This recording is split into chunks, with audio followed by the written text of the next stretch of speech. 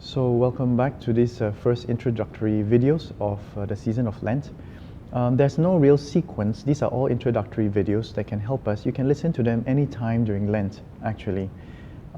Today, it's the first Monday of Lent, and that's why I'm making the most of this beginning time of Lent to give us some orientations or guidance on how we can live Lent, this season of grace, together with the church.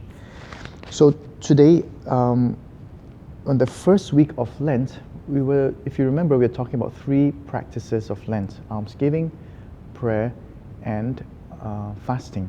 And this first week, we are invited to look at the first means or practice, almsgiving. And today, if you follow the readings of the church, we are presented with the gospel of the last judgment. If you remember, this is from Matthew chapter 25, verses 31 to 45. Again, Matthew 25, verses 31 to 45. So you can take a look at it once again to read it personally yourself and try to reflect on it. But the main point of the church today is that our relationship to God or with God has to do with the way we treat others. And if the main line or verse that I would like to focus on is this, when Jesus says, "Whatever you did to the least of these brothers of mine, you did it to me." Or whatever you did not do to the least of these brothers of mine, you did not do it as well to me. So his point here is the way you treat others is the way you love God. And of course, there's the whole topic here about the judgment of the sheep and the goats, and whether we'll be separated to heaven or to hell. But that's not my point here today. Sometimes we call this ways of writing in the Bible hyperbole, exaggerations. So we can see like there's black or white, left or right. There's no middle line. So it's a kind of writing to help us to make a choice. And here, the first week of Lent, it is clear that Jesus is asking us to make the choice towards almsgiving, towards charity, to grow in our love for God. So here today, instead of just deepening on the reading itself, which I invite you to look at it, I'd like to bring our attention back to the reflection that Pope Francis made for us in the year of mercy. If you remember, in 2016, Pope Francis declared an extraordinary Jubilee year for mercy. And he reminded us in Lent also that year, the same year, that in Christian life we have what we call the corporal and the spiritual works of mercy. So there are two kinds of almsgiving, if you like, that we are called to practice.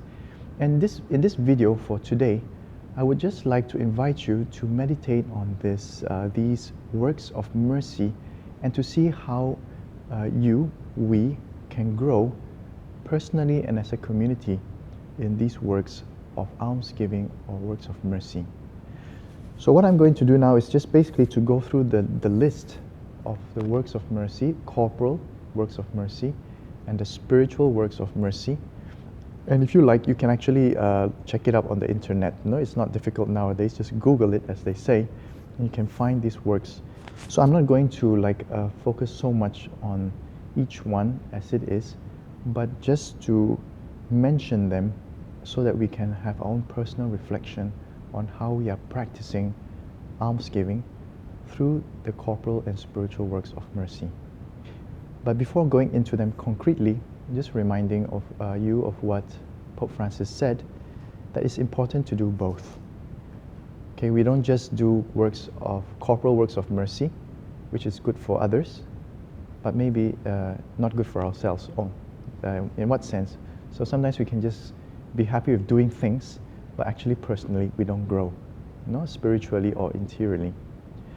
On the other hand, we cannot just do spiritual works of mercy, which are very good for the interior life, but sometimes we can remain just very happy with ourselves in this feeling that we are growing, but not doing anything concrete for the good of others. So it's important to do both corporal and spiritual works of mercy. Now, what are these works for us to reflect on? There are 7 corporal works of mercy and 7 spiritual works of mercy. The corporal works of mercy are as follows, and it's taken from Matthew 25 actually. To feed the hungry, to quench the thirsty, to clothe the naked, to shelter the homeless, to care for the sick, to visit those in prison, and to bury the dead. So these are the traditional 7 corporal works of mercy. And I invite you to go through the list and to see what could you concretely practice during this season of Lent. Is it to feed the hungry? There are people who are still hungry nowadays. It's not as if society has changed so much that there are no hungry people. To quench the thirsty, perhaps, thirsting for different kinds of satisfaction, in this life. Are there naked people around you who need to be clothed physically and also emotionally in their nakedness, the need for dignity, to be shown dignity in their lives? Are there people who are sick and need our care for them? And this is still in a very physical way. Many sick people who are lonely, who are suddenly forgotten when they are no longer active, and sometimes even in church. Active people we see in church, and sometimes we forget why they're not there anymore. So because they're sick, and maybe they need someone to care for them. Is there someone to visit in prison? This seems to take even one step further, but some of us have that call, to believe in that people can change. I mean, basically this is what it means. We visit people who are imprisoned in different vices, imprisoned in maybe physically in jail, but they need someone to believe in them. And also to shelter the homeless. There are still homeless around, people who are not welcome, migrants, especially nowadays. The situation where people are rejected or because they're different, or we suspect that they want something from us, and we don't welcome them. How can we welcome strangers around us? And burying the dead. Of course, it could be a physical way, because that's how it was in those days, where there were people who died and there was no one to take care of them. But nowadays it also happens. People who are old, elderly, sickly, and perhaps on the edge of this life, and there's nobody to accompany them in those last moments. So what could be those corporal acts of mercy that the Lord could be asking you to practice and to grow in during this Lent? And for the rest of this video, I just continue to speak about the spiritual acts of mercy. As we said, they're a complement, corporal and spiritual, and we need to do both. So the 7 spiritual works of mercy are as follows. First, to admonish the sinner. Before you put your judgments on this, let me just go through the list and we can explain them. To admonish the sinner, to instruct the ignorant, that's the second one. The third is to counsel the doubting, or to encourage those who are doubting. The fourth, to comfort the sorrowful. I think that's clear enough what it means, to comfort the sorrowful. The fifth, to bear with wrongs patiently. To bear with wrongs patiently.